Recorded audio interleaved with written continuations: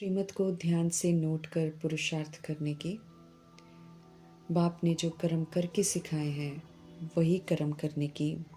विचार सागर मंथन कर ज्ञान की गुह्य पॉइंट्स निकालने की। अपने आप से प्रण करने की कि हम बाप की याद में रहकर ही भोजन खाएंगे। प्रभु संग बैठने की, उन्हीं संग खाने की, उन्हीं से सुनने की प्रतिज्ञा को पूरा निभाने की। भोलानाथ परमपिता परमात्मा की हम आत्माओं के लिए आज की मुरली से शिक्षाएं। स्वार्थ हम आत्माओं को कर्म बंधनी बना देता है और सदैव निर्बंधन, निर्वैर, निर्भय परमपिता परमात्मा हम परमधाम निवासी आत्माओं को आप समान कर्मातीत बनाने के लिए आए हैं। इसलिए समझ देते हैं कि कर्म और संबंध दोनों में ही स्वार्थ भाव से मुक्त रहने वाला बनो। मुक्त रहते हुए द्वापर युग और कलयुग में आने वाली आत्माओं को भी मुक्त बनाने का कर्तव्य पूरा करना है। ये स्मृति दिला रहे हैं मीठे परमात्मा। समझ दे रहे हैं कि बंधनों से मुक्त खुद को बनाना है। इसलिए ध्यान रखना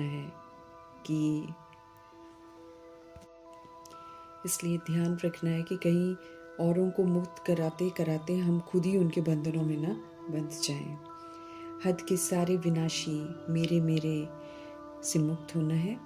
जब विधि पूर्वक हम सब मुक्त हो जाएंगे तभी हम अव्यक्त स्थिति का अनुभव कर सकेंगे, औरों को भी फिर अनुभव करा सकेंगे। लौकिक में भी अलौकिक में भी कर्म में तो आना है, संबंध में भी हमको आना है, परंतु स्वार्थ भाव से मुक्त रहना है। किसी से भी कुछ बदले में पाने की चाह नहीं रखनी है, लेकिन अपनी तरफ से सतुगुनी सतयुगी सहयोग जरूर देना है। ट्रस्टी सेवाधारी बन सभी को प्रभु जी की अमानत समझकर श्रीमत प्रमाण व्यवहार में आना है। ऐसे में किसी भी तरह के बंधन में नहीं बंधेंगे, बल्कि बाप समान कर्मातीत स्थिति का अनुभव कर सकेंगे। क्या हम सब ऐसा कर रहे हैं, ये हमें खुद को चेक करना है। इसलिए देखना है कि कहाँ तक हम कर्मों के बंधनों से न्यारे बने हैं। कहीं कोई कर्म या संबंध हमें अपनी तरफ खींचता तो नहीं है, ये चेक करना है। कहीं कोई व्यर्थ का अर्थात कलयुगी स्वभाव संस्कार के वश तो नहीं हो जाते हैं, जिससे प्राप्ति तो कुछ होती नहीं है, बल्कि नुकसान ही नुकसान होता है। खुद को भी तो औरों को भी नुकसान ही होता है। इसलिए कर्म और संबंध दोनों में स्वार्थ भाव से हमें मुक्त रहना है। बाप समान कर्मातीत भव के वरदान को फलीभूत करना है। पुरानी दैहिक बातों को, स्वभाव को भूलकर अब हमें सरल चित्त बनना है और सहज स्वभाव वाला बनना है। जो ऐसा बन जाते हैं उनका योग सहज ही मीठे परमात्मा से लगा रहता है। भोलानाथ को ऐसे बच्चे प्रिय लगते हैं। सरल स्वभाव अर्थात बाहर अंदर मनसा वाचा कर्मणा में बिल्कुल एक जैसा। उनमें बनावट, छल कपट, कुटिलता इस तरह का व्यवहार नहीं होता। सच्चे सच्चे भोले भाले स्वभाव को मीठे परमात्मा सरल स्वभाव कहते हैं। सब तरह के दैहिक विषैलेपन को खत्म करके हमें बिल्कुल चित्त से सरल हो जाना चाहिए। पुराने दैहिक जितनी भी बातें हैं उसको समाप्त करके बिल्कुल मासूमियत की तरफ चलना है। सरलता ही संतुष्ट बनाती है और फिर दूसरों को भी संतुष्ट करती है। सरलता आने से फिर अन्य दिव्य गुणों की धारणा भी बहुत सहज हो जाती है। सरलता अर्थात अपनी मासूमियत की मस्ती में मस्त रहना। सरलता अर्थात ये सोचना कि जैसा जो करेगा वैसा पाएगा। लेकिन सरल व्यक्ति जो है वो अपनी सत्यता को किसी भी हालत में नहीं छोड़ता। ऐसे सच्चे दिल पर साहेब राजी होते हैं, उन्हें फिर ईश्वरीय सहायता हमेशा मिलती है। सरलता अर्थात किसी के प्रति भी कोई भी दुर्भावना नहीं रखना, सभी के प्रति हमेशा शुभ ही सोचना। ऐसी आत्माएं सदा संतुष्ट रहती हैं और सदा सुखी रहती हैं। समझ देते हैं मीठे परमात्मा कि किसी भी दूसरे के दोष या अवगुण को अपने मन में धारण नहीं करो, अपने मन को मैला नहीं करो। सरलता मतलब सच्चाई और सफाई। तो ऐसे सरल चित्त और सहज स्वभाव वालों का सहज ही परमपिता परमात्मा से योग लग जाता है और ऐसी आत्माएं ही भोलेनाथ शिव पिता परमात्मा को प्रिय लगती हैं। तो हमें ऐसा सरल चित्त और सहज स्वभाव वाला बनना है, सभी के साथ एडजस्ट करना है, किसी के साथ टकराव में नहीं आना है, सबके संस्कारों के साथ सबको स्वीकार करते हुए, संस्कारों के प्रभाव से मुक्त रहते हुए, संस्कार मिलन करते हुए अपना पाठ बजाना है, संतुष्ट रहना है और संतुष्ट करते जाना है। प्रभु जी के पास हम सब सौभाग्य बनाने के लिए आए हैं। स्मृति दिला रहे हैं मीठे परमात्मा, संगम युग में परम सौभाग्य उनका है जो समय पर तन मन धन संबंध संपर्क संकल्प बोल कर्म से समर्पित हो जाते हैं, समय पर दिल से सहयोग देते हैं, उनका सब कुछ मीठे परमात्मा स्वीकार करते हैं। समय बीत जाने के बाद कोई भले कितना भी दे, ईश्वर स्वीकार नहीं करेंगे। परमधाम से आई हम आत्माएं पुनर्जन्म लेते लेते बिल्कुल मैनरलेस हो जाते हैं। अभी मीठे परमात्मा हम आत्माओं को हर बात की तहजीब सिखा रहे हैं, समझ देते हैं कि जो भी करो याद में करो। यकीन दिलाते हैं कि अगर हम याद में करेंगे ना तो कभी भी मर्यादा की लकीर को क्रॉस नहीं करेंगे, कभी भी अपना नुकसान नहीं करेंगे। कायदे से खाना, सात्विक खाना, जितना चाहिए उतना ही खाना, ये तहजीब अभी हम आत्माओं को सिखा रहे हैं। मीठे परमात्मा अभोक्ता हैं, खाते नहीं हैं, परंतु इस असार संसार में इस समय ताकत नहीं है, क्योंकि सब में दे अभिमान की, विकारों की छाया है, इसलिए सब कुछ विषैला हो गया है। लेकिन प्रभु जी की याद में बनाएंगे और प्रभु जी को ऑफर करेंगे, फिर उनकी याद में खाएंगे, तो भोजन में शक्ति जो चाहिए होगी वो प्रभु जी की याद से आ जाएगी।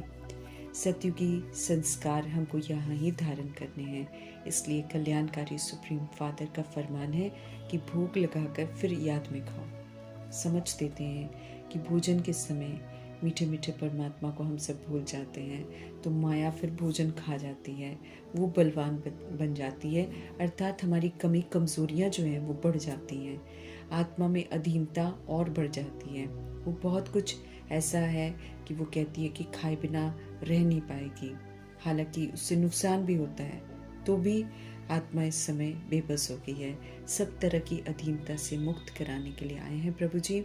अपने बच्चों की बेबसी देख नहीं सकते हैं, आने वाले समय में बहुत कुछ नहीं मिलने वाला है, ऐसे में माया को कमज़ोर कर आत्मा को सशक्त बनाना है।